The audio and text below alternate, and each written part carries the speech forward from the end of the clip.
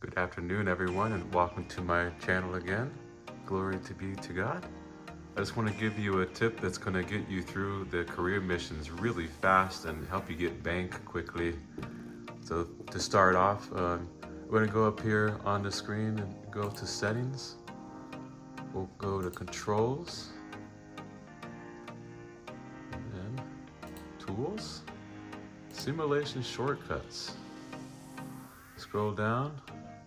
And what you want to do is bind the decrease sim rate and the increase sim rate to either a controller or a keyboard function. For instance, in this case, I would use triangle and up. Go back, and then use triangle and down. And you'll see there's no conflicts. Show you, you can use this simulation increase trick to make taxiing a lot more fast. In the next segment, I'll show you how to set up the flight segment. Okay, now that we're up in the air, I'm going to show you a little tip instead of messing around with the primary flight display. If you just open up your EFB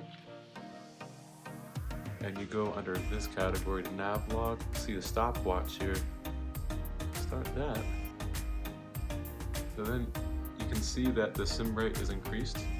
Let's see if I increase it to 4 times,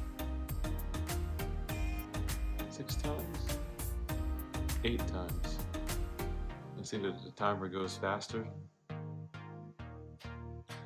But if you go and try to increase it a little bit too much, the simulator might start to stutter. In that case, if the aircraft starts going left or right or up or down, it struggles to maintain the autopilot, which you would have learned from my last tutorial how to connect. Then I would just decrease the sim rate.